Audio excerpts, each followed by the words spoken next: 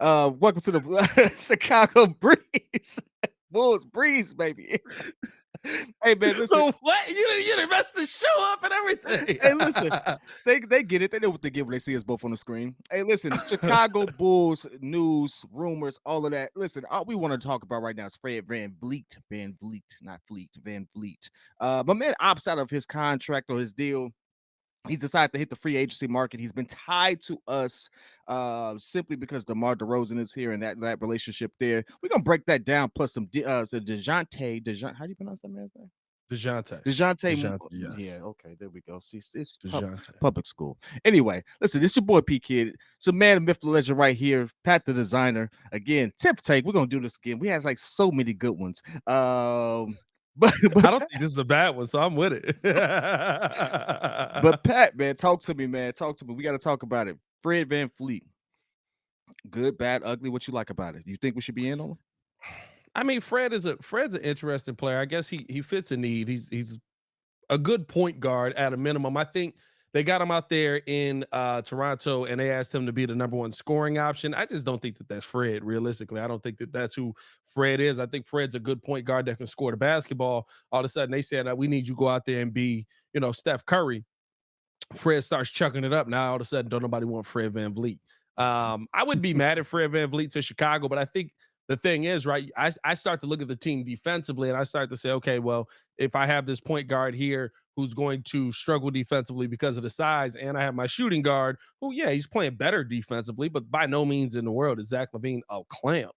I start to look at backcourt defense, and to me, that team is very much it's funny enough that we're going to talk about Dejounte Murray later, but like it would be what Atlanta was last season to me. And I'm not I see that. I'm not over the moon on that pairing. I'm not over the moon on guys that are, we're going to go out there, we're going to chuck this ball up, and then we're going to try our best on the defensive end. I like to know the guys are a little. I would like to know that, one, there's a little more size in my backcourt, and two, there's a couple of guys back there that at least are going to have the ability to play on the defensive end. And I just don't see that with Fred VanVleet coming to Chicago. I'm with you on the fact that I don't think it's a good fit, and it's not even anything to do with. I know that the relationship with him and DeMar is there. Synergies is everything when it comes to those parents. I get that. My biggest thing is honestly just efficiency. I've been really big on efficiency from a point guard perspective. And if you look at Fred VanVleet, efficiency and Fred VanVleet don't go in the same sentence, baby. It just don't. There's nothing about him statistically that shows me that he should have been or would be a viable option for the money that he's going to cost versus developing a younger point. I don't know why for the point guard position we don't empower our guards or our combo guards or people who played that position in college and just give them the real opportunity to run the offense and things of that nature. Because if I'm going to sit there and pay someone nearly $20 million to shoot 40% from the field and 35% from three, I might as well give Io the ball and give him more shots because Io is actually statistically more efficient. Now I know stats don't mean everything, but Io is also a better defender. I think he's even taller than Fred. Yeah, oh, he's definitely taller He's than Fred definitely VanVleet. taller. Fred's not tall. Fred's 6 foot on paper. Right? So that would be it. And then I also got Kobe White, who again, if I give him, he's obviously working on his game. We see all the stuff he's doing with dribble too much. By the way, shout out to him because he got some drills out there that's cold. But he's getting NBA players right.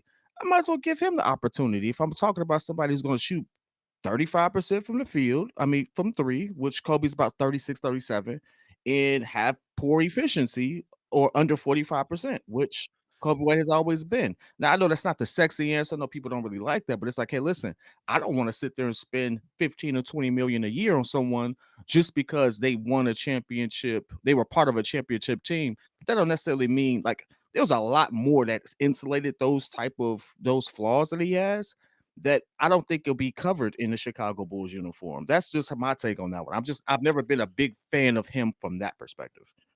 Well, I think the biggest question is, what is he going to be as the number 3 option on the team, possibly the number 4 option on the team, right? You're bringing Fred here not to be your number 1 guy, maybe the number 3 guy at a certain point, but Zach LaVine going into next season needs to be your penciled in number 1 offensive option. That means number 2 is probably going to be DeMar if we keep him around, and or Nikola Vucevic.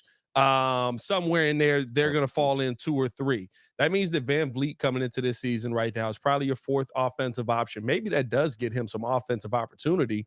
But this is one reason I think that he's probably not a shoe-in to come here, because does he want to be just the point guard kind of point guard? I mean, listen, playing for a team that I don't really think. I think Fred has said this. I don't think he grew up rooting for the Bulls. He did grow up in Rockford, but I don't think he grew up rooting for the Bulls. And I mean, like, it's not like this is his like childhood love team, right? Like, he grew up at a time. Me and Fred was in high school at the same time, right? Like, Derrick Rose was cold. The Bulls, most of our time growing up, though, were a very fight hard, try hard kind of team that just didn't get the job done. So a lot of Chicagoans that grew up at that time didn't get that same love for the Bulls that I ended up having. But the one thing that I like about Fred is last season, 7 assists, 1.8 steals per game, almost 2 steals a game. That means that he's able to play the passing lanes a little bit night in and night out, but he's got to into facilitating offense. That's what we wanted liners at a much higher level.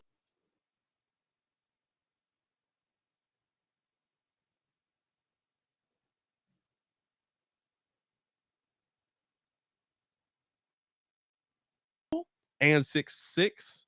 Back now. Is it back? I don't know what the heck's happening with the internet. I think it gives you the what you wanted from Lonzo Ball, apparently, and you're moving the ball well, but I think it also at the same time is a very big difference from a dude that is 6'1" to a dude that is 6'6". True. Let me ask you this though. And in fact, 6'1", by the way. 6'1". 6'1", 6'1". Heavy quotations on that 6'1", bro. I'm not buying it, bro. They got this man. First off, here's the thing. Here's why I'm not buying it. So Fred played against North Chicago I think in a tournament. Somewhere they were at, I went. I seen Fred up close. Fred ain't grown that much since high school. I was taller than Fred in high school. 6'1".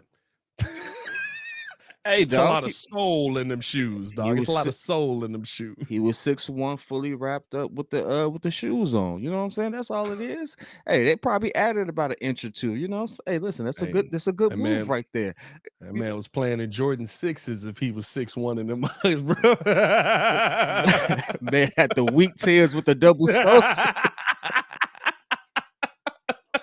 Hey man, you gotta do what you gotta do out here in these NBA streets, baby. My biggest thing is my biggest thing with him is honestly just the price point. Like everything you're saying is spot on, but let's be real. Fred is first. I just want to clarify this. I like Fred as a player. I like what he's done and things of that nature. But I'm also comparing it to what our current situation is, what the rhetoric has been in the current Chicago Bulls organization, what we have already, and I would love to see us actually develop someone that's already here for that particular role. I think that's the best thing. That's the one thing that I give Billy Donovan credit for.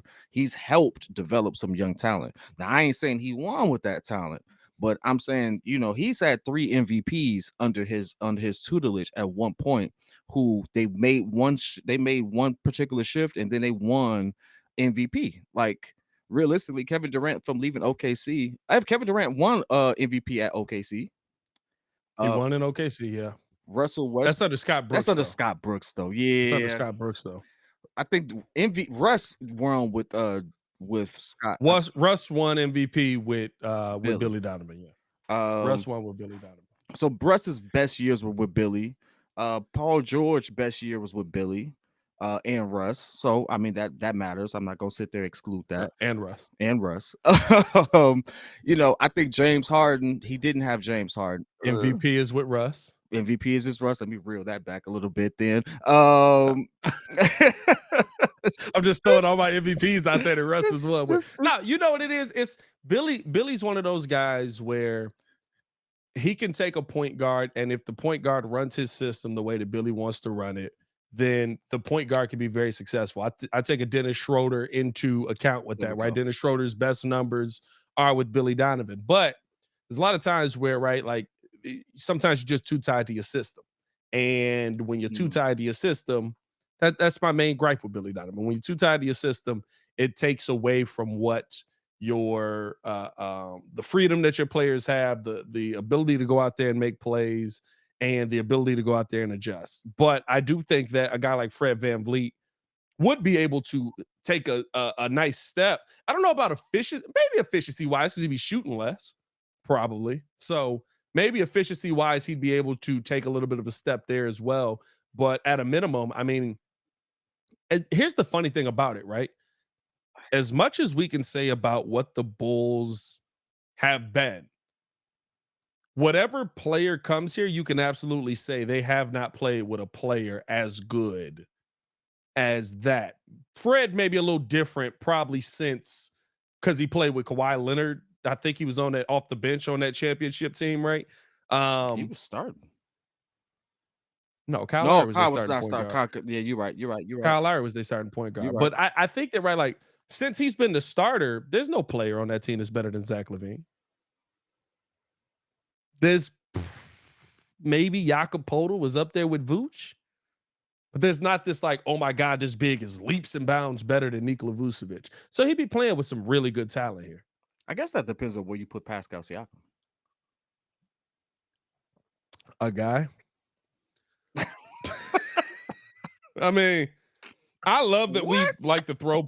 I love that we like to throw Pascal, and he's like, "Oh my God, he's a dominant player" category, and I think the Pascal absolutely can ball, but 20. is he leaps and bounds better than what Zach LaVine can be I don't think and he's has been? no, not definitely not leaps and bounds better. I'm not going to even go that far, but I mean Pascal Siakam is statistically in the same realm as probably spot on. It's 24 and 7, 24 and 8, 24 8 and 5. Well, 24 8 and 6. It's 7.8, 5.8. So I'm gonna give him 24 8 and 6. 24, 8, and 6. What's Zach last year? Back last year had a down season. It's probably right around that same range. Let's see. Let's look at them LaVine numbers here. Stats. 24. Zach LaVine last season was 24, 4 and 4. And I mean 2021 when he probably had his last healthy season. Right. Last two seasons he'd be 24. Last two seasons he's been 24, 4 and 4.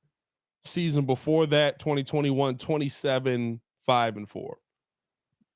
for the most part, he's had one breakout season at 27 points a game, which again, I'm not holding it against Zach. We all know what the story was. But if you want to sit there and be honest, I mean, I would say Zach is leaps and bounds better production wise because you just didn't see it. Now, does he have the potential to? I would say, yeah, he has a potential to be a better player than Pascal. Yeah. But also, we don't know. We can't really confirm that because I mean, think about it. They all had how many people had the Greek freak being what he is today? Not many people. So, I mean, I don't think Pascal's bad. I just think, like I think in the grand scheme of things with Pascal, I don't feel like Pascal contributes to. I guess I can say the same thing about Zach. I was going to say contributes to winning a ton, but realistically, I guess I can say maybe him and Zach are the same player. I don't know because and maybe Fred doesn't make Zach better, but I think the one thing that we can say is we've seen the best of Zach when he's had that point guard next to him. That's a fact. Right? Finishes off the season 26 plus points per game, assisting more, different things like that. Like I think that the reason we're having this conversation is because I could look at a guy like Fred and say with how he facilitates and how he draws people away from Zach LaVine, because you can't just leave him, right? He's a good enough shooter that you do have to guard him. How he draws people away from Zach LaVine. How does that make Zach LaVine better? It's just a younger Kyle Lowry. Nah, Kyle Lowry like 6'3", 6'4", ain't he? Yeah, I'm just saying, like, no one has really looked at Kyle Lowry like, "Ooh, I need that guy." Like, Kyle Lowry has always just been there, and he's been like mid. I am wrong. Kyle Lowry is 6 foot even. Kyle Lowry is taller than Fred VanVleet. Hey, bro, I'm not buying it. Okay, I don't know about that one. But like, 6 foot even. He's just a younger Kyle Lowry. So it's like if you would look at Kyle Lowry as in his prime and say and was like struggling to see him in a Bulls jersey, I look at Fred the same way. Yeah, that's just. I'm not mad at that. I'm not mad at that. I've never liked Kyle Lowry either, so y'all know how I am on that. I've never liked it. I've never thought this dude was like. You want to talk about somebody making their name on coattails? That's definitely riding them mugs. that's definitely what he is. But hey, y'all, we You want want to to hear talk your about a thoughts, bus man. rider? We want to hear your thoughts, man. Would you want to see Fred in a Bulls jersey? You want us to take a look at him there? Because at this point, I mean, I'm not saying no, but I'm definitely not saying yeah. So yeah, moving on, man. We got to get to the one that everybody else is actually talking about, Dejounte Murray. And I've been wrong on DJ. Like I like DJ. I like what he does. I like what he brings to the table. Pat put me on game as to what he actually did with the Spurs. I took a second look at it. My man was out there dotting people up. And he was out there balling. What Yeah. do you think? I know you've had this moment with Hayes. I know you've had this on a couple other platforms, but on your own platform, what you think about DJ, us making a move for him? Would you take a 1-year rental on him? What's the deal with it? I think there's two things that you got to look at with Dejounte Murray. To me, when I look at Dejounte Murray, one, there's the friendship aspect of this, right? Mhm. Him and Zach are boys. They've been boys for a minute. I believe Zach might be a year or two older than Dejounte. Maybe Dejounte's 26, Zach is 28, but I believe both their birthdays are late. So they're about 2 years apart. Um, so basically, right, like Zach LaVine has played in a ton of pro-am games, a ton of stuff that's going on around Seattle. Both of them, again, grew up in the same area in Seattle. So I think that right, like there's a connection that is already there. I look at that like the Jalen Brunson, Josh Hart type thing. Now, they didn't both go to the same college. They didn't play together in college, but realistically, having that relationship built up of that's my boy, you my guy, we gonna do this together, blah blah blah. I think that does two things for the Bulls. One, it opens up an opportunity if you want to trade away DeMar DeRozan because there is that relationship built up. You would have your second scorer if you wanted that. You can go that route, get some more assets, get some more role players in Yeah. there. However you want to do that. The other thing for me is that Dejounte Murray, like I said, with the Spurs, fits a perfect need for the Chicago Bulls. And I think, again, this is about roles being played. One, to me, Dejounte Murray with the Spurs was what we hoped Lonzo Ball could turn himself into if healthy, and what we kind of saw That's a him fact. start to turn himself into a great facilitator. I mean, he was one of the top 10 passers in the NBA that season, moved the ball really well, an excellent defender. Dejounte Murray, people forget this man is 6'5. He got a 6'10 wingspan. That's an AK prototypical player, by the way. You know, AK love anybody with a wingspan is 7 inches longer than the height. He got 5 inches. Pause. It's whew. That's tough. Hmm. That's almost as bad as Zion Williamson and Porn porn star. stars. I'm just saying it's tough out here. But no, I just think at the end of the day, DeJounte is a perfect fit for what the Bulls want to do.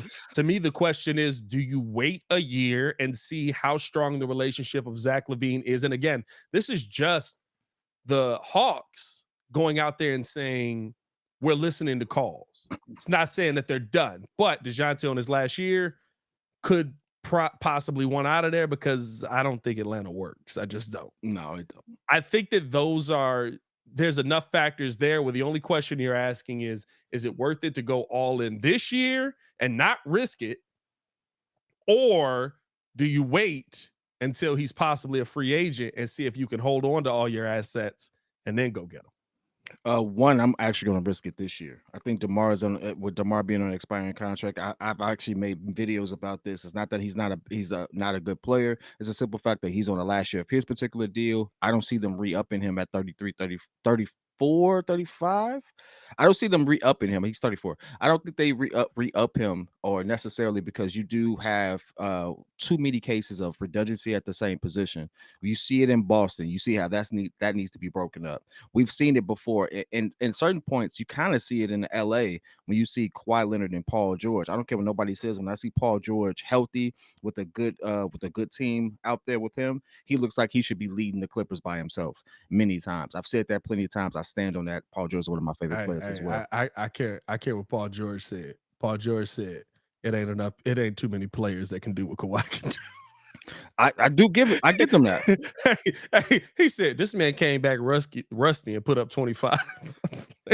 I do give him that. I'm not gonna say Kawhi Leonard isn't who he is. Like he's a stud.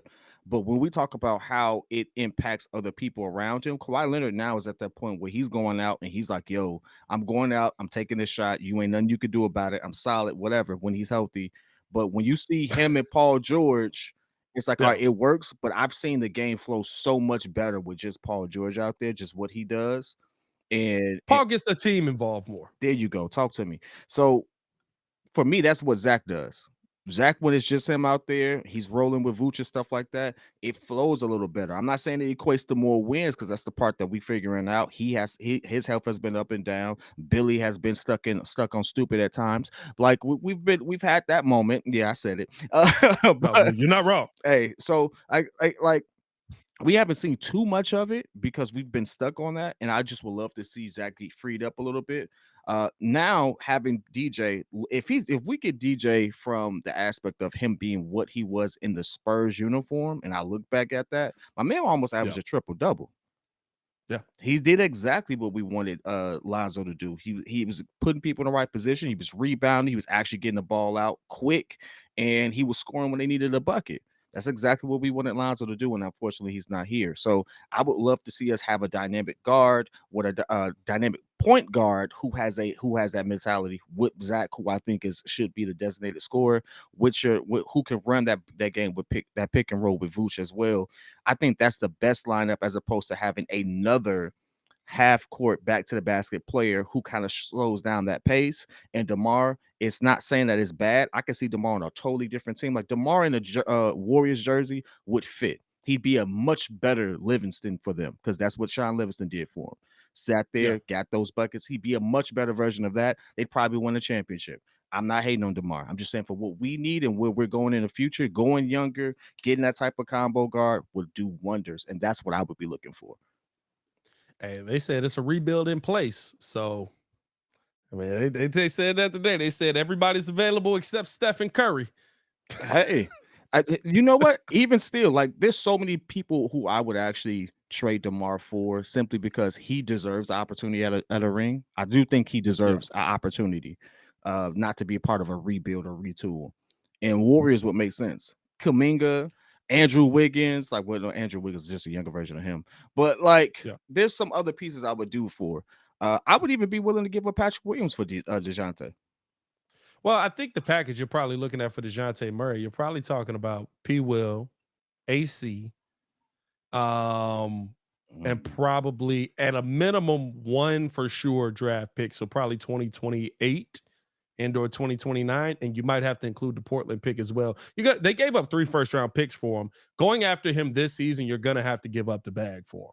And you're more than likely doing that with a contract extension being signed, being a part of the deal. So you're going to have to match the money on whatever that is as well. So I think that there's a lot of factors that play into that. Yeah, we ain't got the money for all that. We ain't even got the picks. Well, you have to trade future picks. You'd have to trade 2028, I believe. Either that or 29, one of them. But the problem is, right, because we don't have our pick in 25 because that goes to the Spurs off of the Vooch trade. So I just think that there's a lot of, as much as I would love to see him this season, this ain't a this season fix. And this is what I want Bulls fans to understand. The Chicago Bulls plan got thrown off when Lonzo didn't come back. They really believed he was coming back. Yeah. They put him on the calendar. Yeah. They really believed he was going to come back. Lonzo not coming back set you back tremendously. And so now you're trying to kind of scramble. And so you can do one of two things, right? You can panic and give up everything and go get this guy this year, or you can see how strong the friendship really is with Zach LaVine and hope for the best in free agent while keeping all of your pieces. That to me is going to be a make or break move for our GM. And there's a lot of people that, listen, if he goes the long-term route, I'll understand it, and I will also understand that there will be a lot of people that will be pissed off that he went the long-term route. I fully expect the Bulls to run it back with Kobe at point. Like I 100%, because the NBA, I know everybody's been watching this on Twitter. The NBA was so weird this year. You really don't know anything. The Heat are in the finals. The next best player on the court right now is Max Strus, who got 2 points so far in the finals. He's 1 of 24. Yeah, I mean, so it's just like it's tough to sit here and make a oh my God, you have to go get this guy's statement. When to me, I believe there is a real opportunity for the Bulls to be able to go out there and get him when DeMar's money comes off the books, when Lonzo's money is off of the books. That's in 2 years. I don't think DJ is going to be around for that. And then, too, I think the one thing you have to keep in mind is the star that you signed, Zach LaVine, who I think is a real piece you build around. Does he wait it out with you? Just because he signed that contract, the NBA is weird. Players who've signed recent contracts, even with the new CB, I think at year 2, they could sit there and say, "Hey, listen, go ahead, let me rotate." And I think Zach likes being the one. There's a lot of situations in which he could still be the one. There's a lot of but does he want to go there? And you got to think about like this: are they situations with talent that he wants to go to though? Hey, Zach could go to Atlanta and be the one. Probably not, because of the politics there. Over who? Because Trae Young is projected to be out of there. Trae staying. That's why they're gonna move on from Dejounte. Trae staying. I don't think so. I think Trae's out. I don't know. That would be interesting. Trae Young is one of those players that you actually have to like insulate so much, and he doesn't help that team the way they're constructed. And they flipped this roster so many times, you probably move on from him. That'd be weird to do when you just got a new coach, though. Like you would think you want to give him a shot running with Trae. You would think you want to give Quinn Snyder a shot running with Trae and Dejounte Murray, but I don't know, man. Atlanta's a weird team. I told y'all coming into this season, I told y'all 2 years in a row, Atlanta got to prove it to me. Ever since they made the ECF, I said they got to prove it to me. That was a fluke. It was a fluke, but I can't hate on Trae for the numbers he put up. He put up some ridiculous numbers. He had some ridiculous games. I can't hate on him for doing it. The proof is in the pudding. Every time we sit there and talk about a player and what he's done, Trae actually has a resume that's better than Luka's as far as how far he's gotten, despite the fact that I think he was in a weaker conference. But can you even say that? Because he beat the Bucks. I want you to do me a favor, dog. They beat the Bucks. I want you to do me a favor. I want you to look at Trae Young percentages versus Fred VanVleet percentages. Oh, that's probably the same player, baby. You know I'm already through. Listen, I'm not sitting there saying Trae's my guy by any stretch of the imagination. Listen, I am not. But I know there's a huge bandwagon of people be like, Trae's this and Trae's that. I'm like, you know what? I can't hate on him. He got to an ECF. What am I supposed to say about it? We ain't been there since Jordan. Well, no, we ain't been there since. No, Derek. You know, trust. Derek got to an ECF. But that's 10 years ago. It's a while ago. I'm not sitting here telling you it's all sunshine and roses, but it's tough, man. Listen, Trae Young ain't great. We want to hear y'all comments, though, man. The whole conversation, man. We want to hear what you all got to say, whether it's love, whether it's hate for DJ, Zach, whatever. I mean, this is silly offseason at this point. We don't know what the heck is going to happen. Tomorrow, half the team might be up for sale. Jerry might sell the team over the summer. Who knows? So I doubt it. There's been a lot of stupid stuff going on. He ain't selling that team. Hey, man, till next time, we be in there with you all. Stay in tune for all the videos. Check out my man Pat on ESPN. Man, plug the show, man. Plug people. Tell them where to meet you at. Tune in with us, man. I mean, I'm plugging the show like this ain't my show. Plug the Bears show. Tune in on the Chicago Bears podcast, man. Over on ESPN 1000, you can tune in to it on YouTube as well. Dropped the video today talking about Mike Vick and Justin Fields being together. What can Justin learn from Mike Vick? Ooh, I like that one. There was a joke coming, but I'm gonna leave it alone because. All right, we're gonna end on that one. We holler at y'all. Peace, man.